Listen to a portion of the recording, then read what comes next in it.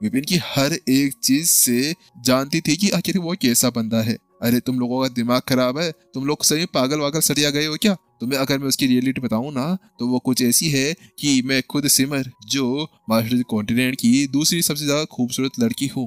पहले तो यहाँ पर प्रत्युषा थी और दूसरे पे मैं हूँ। उसने यहाँ पर उसको प्रपोज किया तो उसने क्या कहा बाकी लड़कियों की तरह, मैं तुम्हें लाइक करता हूँ लेकिन लव नहीं करता हूँ, ऐसा कहकर मुझको रिजेक्ट कर दिया। अरे तो क्या तुम लोगों को शर्म नहीं आती है कि उसको यहाँ पर एक अपना लव गुरु बना लो? हे भगवान, कैसा कलयुग आ गया है कि यहाँ पर इस बंदे को उन लोगों ने यहाँ पर अपना लव गुरु बना दिया। अरे कभी भी उनको लव गुरु मत बनाना, वरना तुम्हारी जो लव स्टोरी है ना हमेशा फेकोलॉजी बनकर रह जाएगी। वास्तव में इस जगह पर ऐसा कुछ हुआ था। मास्टर कॉन्टिनेंट के ऊपर जो और बदलाव हुए थे वो ये था कि जो सेन कबीले था वो यहाँ पर अब मास्टर पवेलियन से और ज्यादा ऊपर उठ गया था। उसके सामने अब कोई भी नहीं था। जहाँ रही यहाँ पर संत कबीले और आत्मा कबीले की बात, स्पिरिट कबीले की बात, उसका भी यहाँ पर जो रुतबा था वो बढ़ गया था, लेकिन इतना नहीं जितना सेन कबीले का बड़ा हुआ था। और इन सभी चीजों को देखने के साथ में यहाँ पर सिमर बहुत ज्यादा खुश भी लग रही थी कि वास्तव में अब मास्टर कॉन्टिनेंट के ऊपर सब कुछ ठीक हो गया था।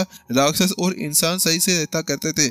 और उसके साथ में जो सिमर थी उसने अपने पिता की मदद की, उनको यहाँ पर सफलता हासिल करवाने के बाद में वो उनको भी अपने साथ में इस जगह पे लेकर आ गई थी। वहीं दूसरी तरफ चलो लिटिल चिक बाहर आओ। यहाँ पर उस सभी से अलग जो विपिन था वो यहाँ पर लिटिल चिक से कहता है चलो बाहर आओ और यहाँ पर आकर अपने शरीर को ढूंढो कि आखिरकार वो कहाँ पर है, क्योंकि यहाँ पर तुम ही उस चीज को देख सकते हो। क्योंकि ये देखकर कि वास्तव में यहाँ पर जो लिटिल चिक था वो अगर अपने असली शरीर के अंदर आकर यहाँ पर ढूंढता है तो उसके बाद में वो उसको ढूंढ सकता था। तो वहीं दूसरी तरफ क्या मालिक आप मेरे को परेशान करते हैं बेचारे लिटिल चिक को, आप ये कह रहे हैं कि मैं खुद की कबर खुद ढूंढूं? ना मालिक, ये अच्छा नहीं लगेगा, आप खुद ही ढूंढ दीजिए ना।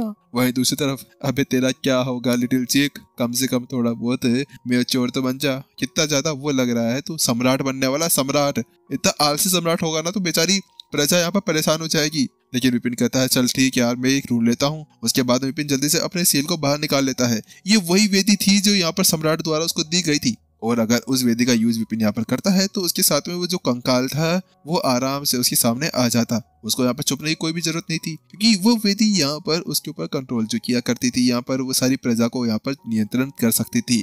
विपिन उसके बाद में उस वेदी को आगे की तरफ उछालता है और वो हवा के अंदर घूमना शुरू कर देती है। अगले पल उसके ऊपर इंस्क्रिप्शन चुभते हैं और वैंग अगले पल यहाँ पर उनके सामने एक बड़ा सा होल दिखाई देना शुरू हो गया था। ऐसा लग रहा था जैसे कि उस होल को किसी तरह से छुपाया गया हो। उसके सामने यहाँ पर वही कंकाल खड़ा हुआ था काले कलर का। जैसे वो अपने सामने उस वेदी को देखता है तो उसके साथ में वो झुक जाता है मैं सम्राट को यहाँ पर सम्मान देते हुए। लेकिन वहीं दूसरी तरफ यहाँ पर विपिन कहता है ठीक है लिटिल चिक तुम बाहर आ सकते हो, अभी तुम्हें उस लोकी के अंदर छुपने की कोई भी जरूरत नहीं है। विपिन आसपास के उस होल को देखता है और उससे कहता है, क्योंकि वास्तव में इस जगह पर जब उसने उसको देखा तो वो आराम से बता सकता था कि ये जो होल था वो यहाँ पर उस अज़्योर के आकाश से बिल्कुल अलग था। अज़्योर के अंदर जो स्वर्ग था उससे अलग था, यहाँ पर कोई भी उसको ढूंढ नहीं सकता था। तो इसी वजह से यहाँ पर लिटिल चिक अपनी पूरी ताकत के साथ में यहाँ पर आ सकता था। तो वहीं दूसरी तरफ सम्राट आप वापस आ गए। वहीं जैसे काला कंकाल चूजे जो देखता है तो उसके साथ में वो उसके सामने झुक जाता है। हाँ मैं आ गया हूँ, देखो मैं आ गया। वहीं दूसरी तरफ यहाँ पर वह चूजा अपने पंख फड़फड़ाता है और उससे कहता है। तो वहीं दूसरी तरफ सम्राट आइए इस तरफ, आपको इस होल के अंदर जाना है और वहां जाकर आपको ज्यादा मेहनत नहीं करनी है, मैंने पहले सब कुछ तैयार कर रखा हुआ है। तो उसके साथ में यहाँ पर लिटिल चिक आगे बढ़ने लगता है और पंख फड़फड़ाते हुए उसके अंदर जाने लगता है। लेकिन वहीं दूसरी तरफ लिटिल चिक विपिन बहुत ही ज्यादा मायूसी के साथ में उसको देखने लगता है और वो जोर से चिल्लाता है, जिससे पहले कि यहाँ पर अंदर प्रवेश कर पाता। तो वहीं दूसरी तरफ यहाँ पर लिटिल चिक ये समझते हुए कि आखिरकार विपिन क्या कहना चाह रहा था, उसका मालिक क्या कहना चाह रहा था, तो वो कहता है मालिक चिंता करने की कोई भी जरूरत नहीं है, मैं आपका वही लिटिल चिक रहने वाला हूँ, आपको चिंता करने की कोई भी जरूरत नहीं है, मैं यहाँ पर उसका पुनर्जन्म हूँ, तो इसी वजह से यहाँ पर मैं वो नहीं बनूंगा। इतना कहने के साथ में लिटिल चिक पीछे मुड़ता है और वहां से अंदर चला जाता है। तो वहीं विपिन भी उसकी बात सुनकर अपना शरीर लाए बिना नहीं रह सका, क्योंकि वास्तव में उसकी बात सच थी। वो यहाँ पर एक असली सम्राट नहीं था, वो उसका पुनर्जन्म था। जैसे कि यहाँ पर कर्ण अर्जुन की तरह पुनर्जन्म लेना वैसा यहाँ पर माना गया था, जिसको रीइंकार्नेशन कहते हो। यहाँ पर देखते ही देखते 3 महीने बीत जाते हैं, लेकिन अभी तक भी लिटिल चिक बाहर निकलकर नहीं आता है। लिटिल चिक एक काम करो कि हम लोग यहाँ से जा रहे हैं, तुम यहाँ पर अपनी साधना को कंप्लीट करो और फिर वापस लेकर आ जाना। क्योंकि पहले से यहाँ पर हमारा समय कंप्लीट हो चुका है। तो इसी वजह से हमें वापस से जाकर देखना होगा, क्योंकि अगर हम लोग 5 दिन से पहले वापस नहीं गए तो पहले से मास्टर शेख और प्रत्युषा के बीच का वो लड़ाई खत्म हो जाएगी। तो इसी वजह से तुम आ जाना। इतना करने के साथ में सिमर की तरफ पलटता है और वहां से जाने लगता है कि अचानक से बूम, यहाँ पर आसपास के अंदर एक जोरदार सोनिक बूम गूंजता है और जो वो होल था वो धीरे धीरे चकनाचूर होने लगता है। अगले पल यहाँ पर एक ब्लैक डार्क बिल्कुल पावरफुल तरह का एक फिनिक्स बाहर निकलकर आता है। उस फिनिक्स का दबाव बहुत ही ज्यादा खतरनाक था और वो मलबे के अंदर से बाहर निकलकर आता है। वही थोड़ी देर के लिए वो मलबा वहां पर रहता है और उसके साथ में यहाँ पर उसके अंदर से एक फिनिक्स का दबाव पड़ना शुरू हो जाता है। लेकिन वो दबाव थोड़ी देर रहता है और उस मलबे के अंदर से एक और लड़का निकलकर बाहर आने लगता है। वो ये एक युवा लड़का था जो दिखने में विपिन की जितना यानी 20 वर्ष के आसपास का ही लग रहा था। कहो तो यहाँ पर वो 17 का भी लग सकता है।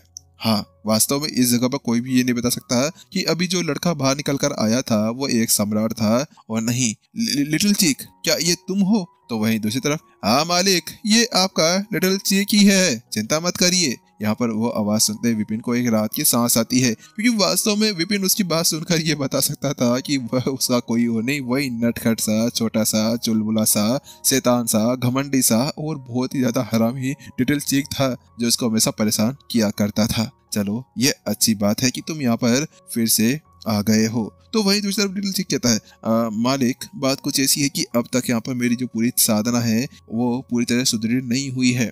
तो इसी वजह से यहाँ पर मुझे लगता है कि कुछ समय मुझे यहाँ पर रहना होगा। आप एक काम करिए, आप वापस से आकाश के अंदर चले जाइए, मैं अपनी साधना को वापस सुदृढ़ कर वापस से लोकर आ जाऊंगा। तो वह विपिन भी अपना शरीर लाता है और वो वहां से पीछे पलटकर जाने लगता है, क्योंकि वास्तव में इस जगह पर यहाँ पर जो विपिन था उसका काम जो उसको अंतरिक्ष के अंदर लेकर आने का था वो इतना ही था। और अब ये देखना कि वास्तव में वो फिर से पुनर्जन्म लिया है, तो इसका मतलब ये था कि उसकी ताकत बाकी सभी सम्राट से भी बहुत ज्यादा पावरफुल होने वाली है। जब विपिन वापस से जाता है तो उसके साथ में यहाँ पर लिटिल चीक पीछे पलटता है और कैसा है, फैंग, तुमने मेरी यहाँ पर बहुत ज्यादा मदद की है, तुमने मेरी सुरक्षा की है और इसी वजह से यहाँ पर मैं तुम्हारी जो सारी शक्तियां हैं उन सभी को पुनर्स्थापित करने वाला हूँ। इतना करने के साथ में यहाँ पर लिटिल चीक अपने हाथों को आगे करता है और एक अंगुली की टेप से यहाँ पर उसके अंदर से एक ब्लैक फ्लेम निकलती है और उस काले कंकाल के अंदर चली जाती है। अगले पल यहाँ पर काला कंकाल पूरी तरह से जलना शुरू हो जाता है, लेकिन वो उसी फ्लेम के अंदर से एक पैर बाहर निकल कर आता है। उसने यहाँ पर कवच पहना हुआ था और उसके साथ में ही सम्राट को यहाँ पर सम्मान देते हुए सम्राट का यहाँ पर वफादार सैनिक फैंग वापस लौटकर आ गया है।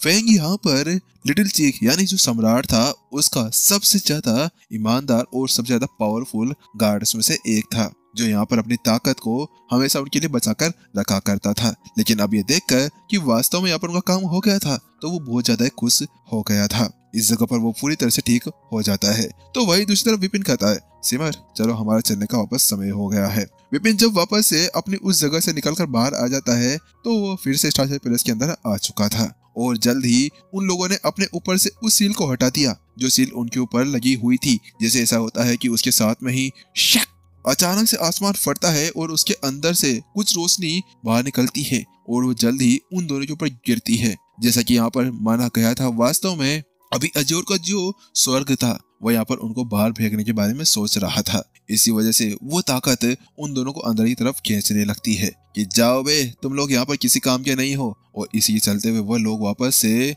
उस जगह पर पहुंच गए थे जिस जगह पर विपिन पहली बार आकाश के अंदर घुसा था। वही पर्वत श्रृंखला जहाँ पर वो टेलीपोर्ट होकर आए थे। और उसके साथ में विपिन कहता है, चलो ठीक है, हमें सबसे पहले ड्रिफ्टिंग आकाश के अंदर जाना होगा, वहां जाकर हमें थोड़ा सा काम करना है। इसी साथ में जल्द ही विपिन और वो दोनों उठते हैं और जल्दी विपिन के घर पहुंच जाते हैं। और जैसे वो वहां पर पहुंचते हैं, मालिक आप वापस आ गए। मोहन उसके पास में आता है और बहुत ज्यादा खुश लगता है। तो भाई, हाँ मोहन, वैसे तुमने अपनी साधना अच्छी तरह से बढ़ा ली है। विपिन उसको देखता है और पाता है कि जो मोहन था वह हाल ही के कुछ दिनों के अंदर अपनी साधना को बहुत अच्छी तरह से आगे बढ़ा रहा था। उसकी साधना पहले से ही यहाँ पर अभी स्टेज 2 के ऊपर पहुंच गई थी, यानी सुप्रीम कोर्ट के ऊपर। विपिन का यहाँ पर आने का जो एकमात्र कारण था वो ये भी था कि वो है ना यहाँ पर आकर उनको गॉड किंग किल दे देना चाह रहा था, क्योंकि वो गोली देकर यहाँ पर वो उनकी साधना को आगे बढ़ाने में उनकी मदद कर सकता था।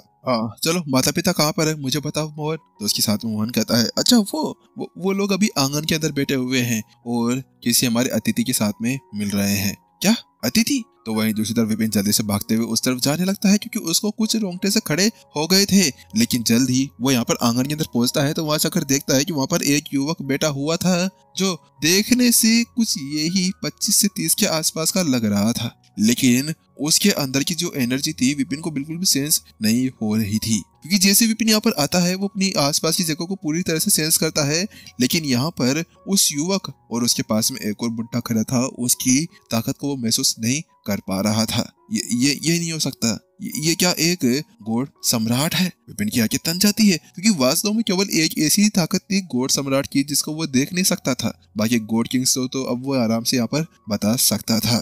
माता पिता आप दोनों ठीक हैं? वहीं विपिन जल्दी से उनके पास में जाता है और उनसे पूछता है। तो वहीं दूसरी तरफ यहाँ पर वह खड़े हो जाते हैं और उसके साथ में ही कहते हैं ओ तुम आ गए विपिन, टीचर इनसे मिलिए, ये विपिन है हमारे बेटा।